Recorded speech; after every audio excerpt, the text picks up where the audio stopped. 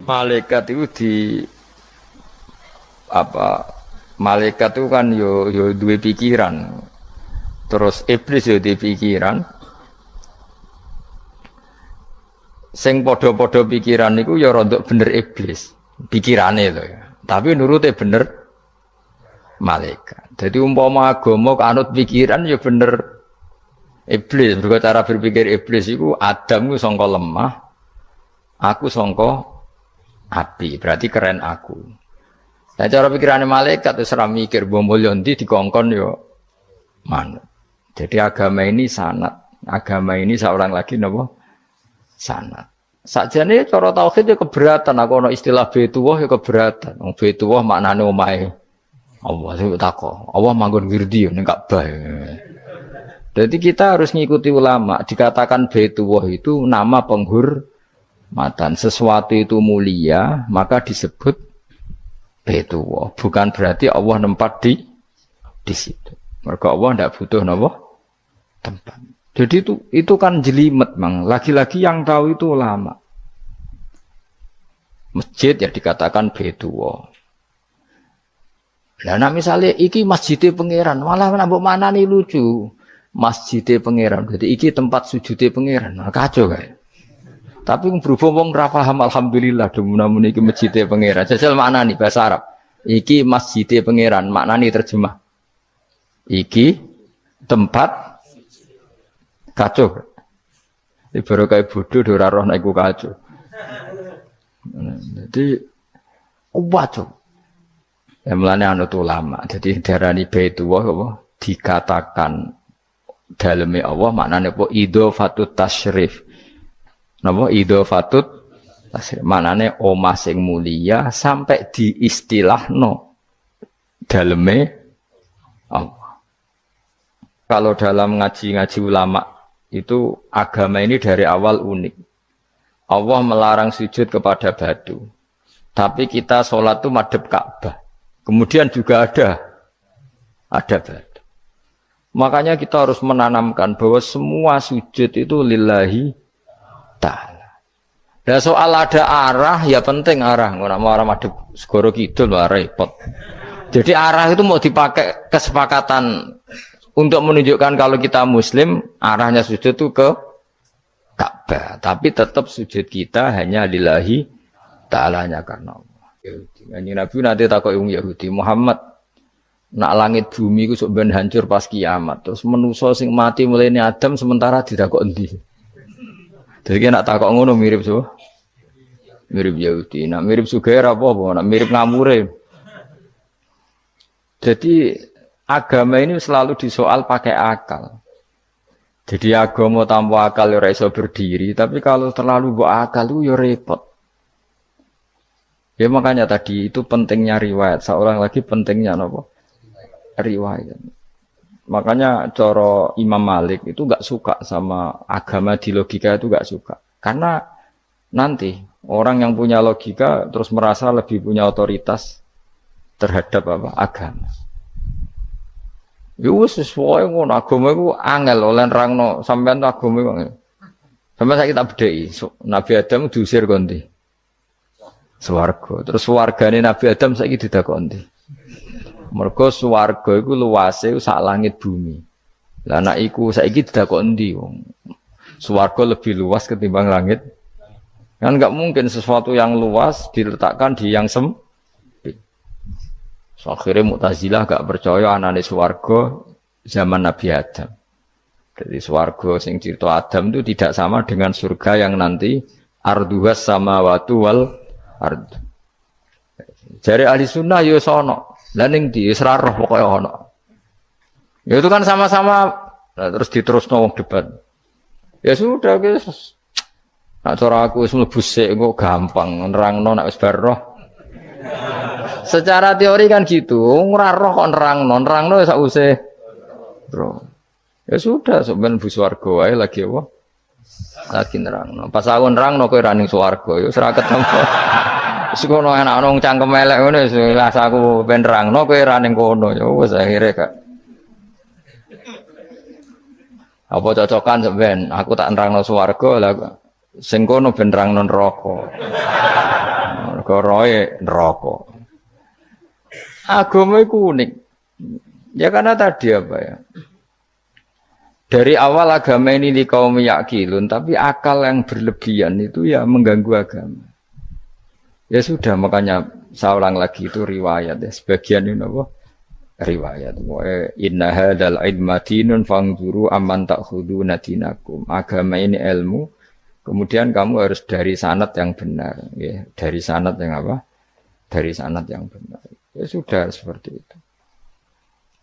Mana itu kalau setuju model kayak sholat sunat safar tidak harus madhep kiblat terus. Jadi agama ini sudah unik. Misalnya gini ya, sholat fardu kan wajib kiblat, tapi ada sholat yang nggak usah madhep kiblat, yaitu sunat safar. Misalnya orang di pesawat gini. Karena guling-gilingan, hakikatnya kiblat itu tidak fokus kita namun Allah Subhanahu wa Ta'ala.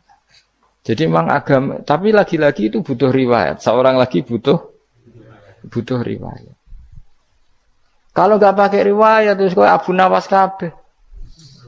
Karena tadi Amerika, seorang lagi Amerika, itu kalau dibor pas New York itu kena Ka'bah. Lah logikanya kalau arahnya pas itu kan bebas arah. Berarti orang Amerika oleh sholat bebas. Tidak bisa seperti itu, ya tetap anut konsensus ulama sana atau tradisi sana, kiblat itu ngambil arah mana. Karena dia pas. Ya bumi yang ada arah itu secara akal kan hanya rubuk 1/4. Makanya kalau kamu belajar falak itu ada rubuk. Lainnya itu sudah tidak ada arah. Misalnya bumi bulat bola, yang sama atas dikatakan sama-sama di atas. Ya kadarnya hanya 1/4. Lainnya itu sudah dikatakan samping. Makanya seperti Denmark, itu ada daerah yang siang itu sampai 3 bulan, entah berapa siklus sekian puluh tahun. Ada yang lebih lama siangnya, sampai 18 jam. Kalau di Eropa kadang puasa itu sampai 18 jam. Ada yang selalu nggak kena matahari, kayak kutub utara, kutub selatan. Nah makanya kalau misalnya sholat itu ngikuti apa? Kalau ngikuti matahari orang kutub sholatnya hanya maghrib, isya, subuh. Gak wajib poso orang tahu ono rino misalnya. Ya tidak bisa seperti itu. Jadi kalau nuruti logika kan terus berdebat terus. Tapi kalau nuruti rasa sebagai hamba. Orang kutub butuh sujud sama Allah. Orang kutub butuh loyal sama Allah dengan memperlakukan puasa. Ya sudah, akhirnya kita harus puasa. Nah, lalu kalau ukurannya matahari, mereka tidak punya matahari. Memangnya puasa itu penyebabnya wujudnya matahari, apa penyebabnya loyalitas sama Allah Subhanahu wa Ta'ala? Loyalitas. Kalau penyebabnya matahari ya, berarti kalau nggak ada matahari, nggak usah apa? Tidak usah seperti itu cara berpikir, makanya ngikuti ulama. Karena ulama yang tahu tradisinya Allah dan Rasul. Ya seorang lagi ulama yang tahu tradisinya Allah dan Rasul. Meskipun ya kadang saya enak dewe ulama. Mergo ya kadang ya mau kalau bolak-balik ngomong gak diterang nombek cangkem elek ora paham-paham. Makanya masyhur itu ada kiai di debat sama orang rodok PKI. Pak Kiai, kalau setan dari api masuk api kan biasa. Terus susahnya apa? Mau materinya dari api. Terus Kiai itu mek lemah, sawurna raine. Loro cung, nggih sakit. Jare wong kok lemah, kena lemah kok loro. Karena serak kena diterangno. Manusia materinya kan dari tanah, berarti kena dipendem urip-uripan. Piye ya? Ya loro ya. Lah ya jare kok lemah kok dipendem ning lemah kok. Karena dijelaskan pakai lisan yang baik, gak paham-paham. Sebenarnya kita ini ingin selalu baik, tapi ada orang-orang diterangkan cara baik-baik itu. Wah, kayak misalnya ono wong kondo, Gus kula nu bojo kula cerewet ngene-ngene, apike kula pegat dicereweti bojo mbek diarani duda iku lara ndi? Oh lara diarani duda isen. Kue payu rabi dicereweti, ambek ra payu rabi jomblo, sakit mana? Sakit distatuskan jomblo. Malah kena dicereweti sabar prestasi baru. Mesti wong ku diwolak-walik. Lan jarpe sekolah tak malah ulun seneng mbek Imam Syafi'i. Kowe dirasani wong ning ngarepmu, diomongi, ambek dirasani seneng ndi? Seneng dirasani cara kowe. Jare Imam Syafi'i bukti ke wibawa, buktine ngomong ning ngarepmu rawani. Jadi Imam Syafi'i itu rileks urip. Ya Aba Abdillah, orang yang tadi muji-muji jenengan itu kalau di luar maki-maki jenengan. Jadi alhamdulillah. Kok bisa itu kan bukan pengkhianatan. Berarti saya wibawa, di depan saya enggak berani itu. Wong iku sowan Imam Syafi'i, ya cium tangan ya hormat. Tapi setelah di luar menghujat. Singkat cerita dilaporkan ke Imam Syafi'i. Orang yang tadi nyium tangannya jenengan itu di luar ngerasani jenengan. Jadi Imam Syafi'i, alhamdulillah berarti aku wibawa, mendengar kurawani. Ya dianggap enteng saja. Terus ada orang misoi Ja'far Shadiq. Sayyid Ja'far Shadiq itu Sayyid putune Nabi, orangnya soleh alim, gurunya Abu Hanifah. Di antaranya gurunya Abu Hanifah itu Sayyid Ja'far Shadiq. Itu kalau dihujat orang diomongin ini, dimaki-maki, sampai ke rumah.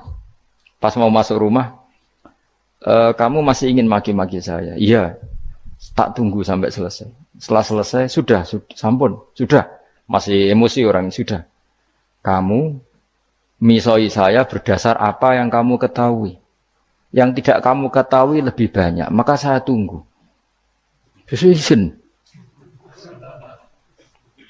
Izin sampai terus ketika ditanya, kenapa engkau sabar ketika jenengan saya pisui? Orang ini akhirnya tobat, mencium tangannya, mencium lututnya. Jawab saya Ja'far Shadiq ini. Aturahu tu'sokurhan, aturahu yu'sokurhan. Kowe ora ngrafaham kalimat itu, tapi tak terangkan ben dadi wali. Kowe roh pangeran. Ya tahu. Sing durakani pangeran tuh banyak enggak? Yang maksiati pangeran tuh banyak enggak? Banyak. Lah iya pangeran sing di langit bumi wae dimaksiati, apa meneh terima aku. Akhirnya terus jadi orang-orang soleh itu cara berpikir itu di luar kapasitas kamu. Apa ya? Mereka itu hanya Allah, taunya itu hanya Allah. Aku kan enggak egois, harga diri. Mana ada agama berdasar harga diri itu kalau dalam bahasa Arab disebut hamiyat al-jahiliyah itu gengsi nopo jahili. Makanya ketika saya berkali-kali cerita itu, ada seorang ulama dipanggil tetangganya, nom. Setelah sampai situ, sudah kembali saya tidak butuh kamu. Setelah sampai rumah dipanggil lagi, sudah kembali lagi sampai 3 kali. Ulamanya yang tetap ceria, tetap nyaman. Ketika ditanya, kenapa engkau tetap nyaman? Wahai pemuda, kamu itu tetangga saya. Kata Allah dan Rasul, nak kue iman be Allah Rasul, kon ngapi itu tangga, kon ngundang aku ya teko. Ya seneng nuruti perintahnya. Ketika kamu nyuruh saya kembali, ya saya kembali. Memang itu keinginan kamu. Kue tanggaku, aku kon nurut be tangga. Aku ora urusane mbek kue. Aku mau nyaman mbek perintahnya. Nangis pemuda tadi itu tobat. Kalau kamu kan warga diri, orang kok dipimpong. Ini gak bakat wali blas. Jadi orang dulu itu nyaman. Karena pikirannya namun Allah Subhanahu wa ta'ala. Umar bin Abdul Aziz itu termasuk khalifah paling soleh setelah periode sahabat. Itu mau kapundhut itu santai. Ketika keluarganya menangis, kenapa kamu menangisi saya?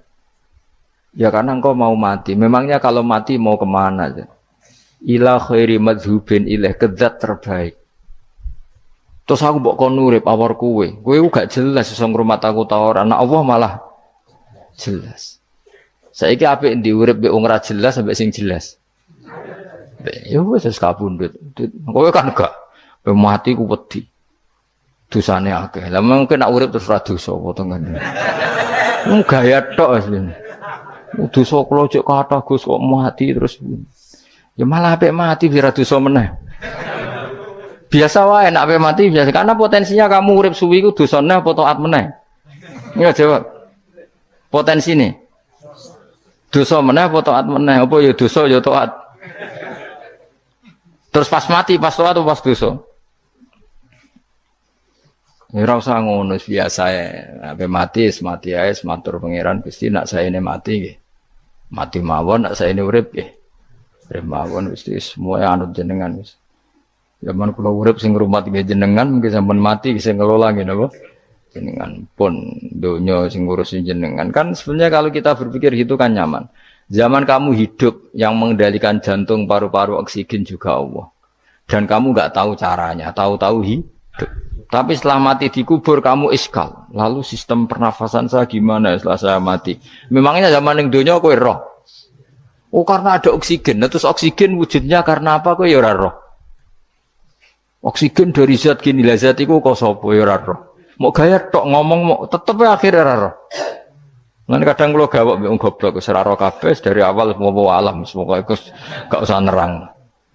Nah, artinya gini, kalau zaman di dunia kamu tidak bisa mengelola diri kamu sendiri, juga sama setelah mati tidak bisa mengelola diri kamu sendiri. Semua itu al-amru biyadil, semua itu dalam kekuasaan Allah Subhanahu wa ta'ala. Ya sudah, alaihi tawakkaltu wa ilaihi unib. Ya sudah, kita pasrah saja dan kita hanya kembali kepada Allah Subhanahu wa ta'ala. Ya sudah, itu agama.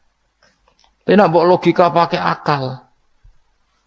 Wah itu orang mati itu sudah nggak bisa apa-apa, sudah jadi tanah gini-gini. Nah, masalah catekar yang ngerti, nah, jadi tanah itu tidak bisa apa-apa. Tapi masalahnya kita ini dikendalikan oleh zat yang bisa mengelola semua. Yaitu Nabi Adam diciptakan juga dari tanah. Ya sudah hanya berdasar riwayat itu yang kita akhirnya meyakini setelah kita mati juga bisa hidup lagi. Iki rasa kuwatir, iblis itu ya dhaif, iblis ya lemah. Nyatane ya kowe tetep ngaji jalalan. Berarti ora sukses menyesatkan. Kodang di kowe iblis. Ya kodang sampean, kon ra ngaji tetep ngaji. Kon paham tetep ora paham. Berarti iblis itu enggak keren loh. Betul, saya setiap melihat orang sholat itu menyaksikan kekalahan apa? Iblis. Jadi iblis itu ya kalah ora kok hebat ya ora.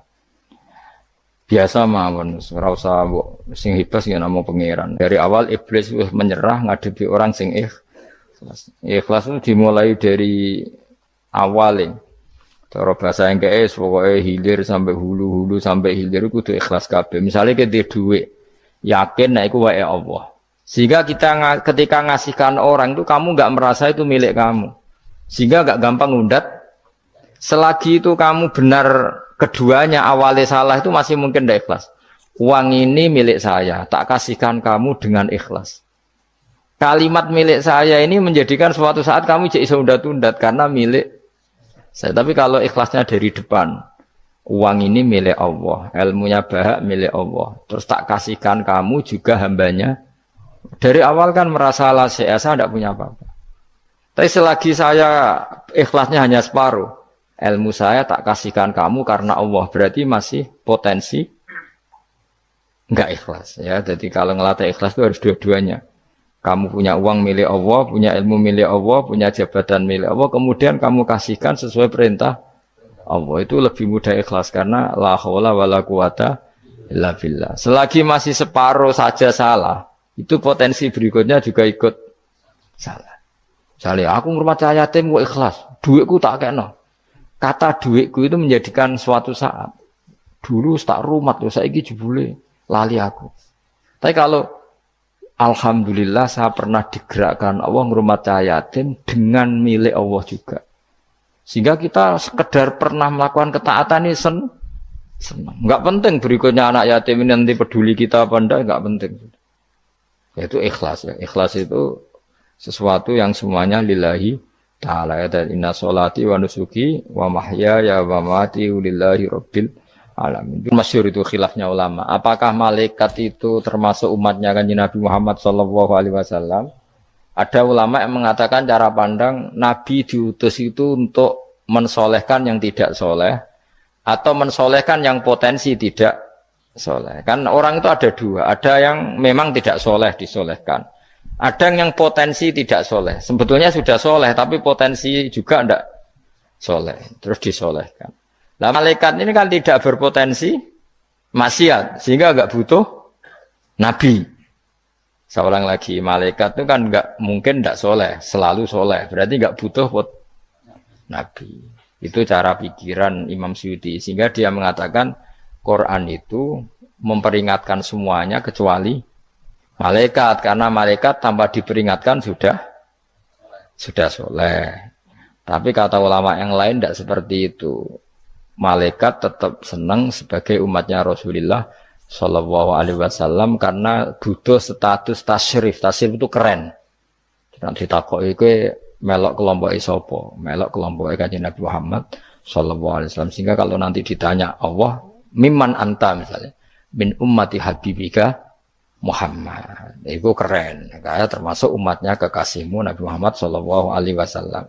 Lalu kamu ngikuti apa? Yo min ahsani kitabik, macam ngikuti kitab terbaikmu ya Allah. Sehingga mereka ikut umatnya Nabi bukan karena disolehkan, tapi karena tasrif, satu kehormatan. Itu yang diikuti ulama. Tradisi kita, ahli sunnah, ngikuti yang pendapat itu. Ngikuti bahwa malaikat pun suka dikategorikan umatnya Kanjeng Nabi Muhammad Sallallahu Alaihi Wasallam karena nambahi tasrif. Nambahi apa? Tasrif. Masyhur itu Imam Suyuti dalam hal ini kita ngikuti ulama mayoritas, bukan ngikuti yang ini. Masyhur kan Jibril ditanya, kan itu ketika Jibril ketemu Nabi Muhammad ditanya, untungnya apa kamu jadi safir? Safir itu kira-kira terjemahan bebasnya panitia saya. Jibril itu kan ya jauh dari langit turun bumi, dari langit itu kan jauh. Terus kamu untungnya apa? Karena Jibril itu tahu betul peristiwa yang pernah dilakukan Allah. Yaitu kayak apa malaikat yang di langit bisa diusir karena kesalahan tertentu. Malaikat yang sok suci kayak siapa itu Harut Marut juga dihinakan seperti itu. Dan Jibril tahu betul Allah itu yaf'alu ma yasha. Jadi yang sekarang malaikat bisa saja jadi pokoknya tahu betul Allah bisa melakukan apa saja. Karena Jibril tahu betul Allah, karena dia ketua malaikat. Kan kita tahu misalnya ada sejarah siapa? Harut Marut, dari malaikat menjadi hina seperti itu. Terus Jibril akhirnya tanya, ya sudah, Jibril punya apa? Terus ditanya Nabi, kamu untungnya apa setelah jadi safir saya, jadi panitia yang ngurusi wahyu. Terus kata malaikat Jibril, saya tidak pernah merasa aman, apakah saya selalu dalam posisi ini? Posisi terhormat, kecuali setelah menjadi safir, menjadi pelayan kamu ketika aku distatuskan oleh Allah apa itu innahu laqaulu rasulin karim dzi quwwatin indadil arsy makin muta'in tamma amin. Terus ganti fa amin tu ba'du, baru setelah itu saya merasa aman bahwa posisi saya aman karena Quran itu abadi ila yaumil qiyamah ila mala mi'adalah, semuanya Quran itu abadi dan di Quran itu saya distatuskan muta'in sama amin. Berarti saya merasa aman tidak akan dirubah kestatusan saya malaikat semenjak saya jadi safirmu. Intinya Jibril juga mendapat kehormatan karena ngitmai Quran. Paham ya? Makanya kita di sini mengatakan ini pendapat Imam Suyuti, tapi hampir semua ulama berpendapat apa? Malaikat pun ikut mendapat berkahnya Kanjeng Nabi Muhammad Shallallahu Alaihi Wasallam. Jenenge apa? Berkah tasrif, apa berkah apa? Tasrif. Jadi punya status kehormatan. Nah, yang dikatakan Imam Suyuti itu murni logika. Murni logika tadi, yang namanya Quran itu memberi peringatan supaya enggak soleh menjadi soleh, dan malaikat tidak butuh itu karena sudah selalu soleh ya. Jadi itu logika saja, tapi kita berkeyakinan malaikat pun butuh, tapi untuk kehormatan.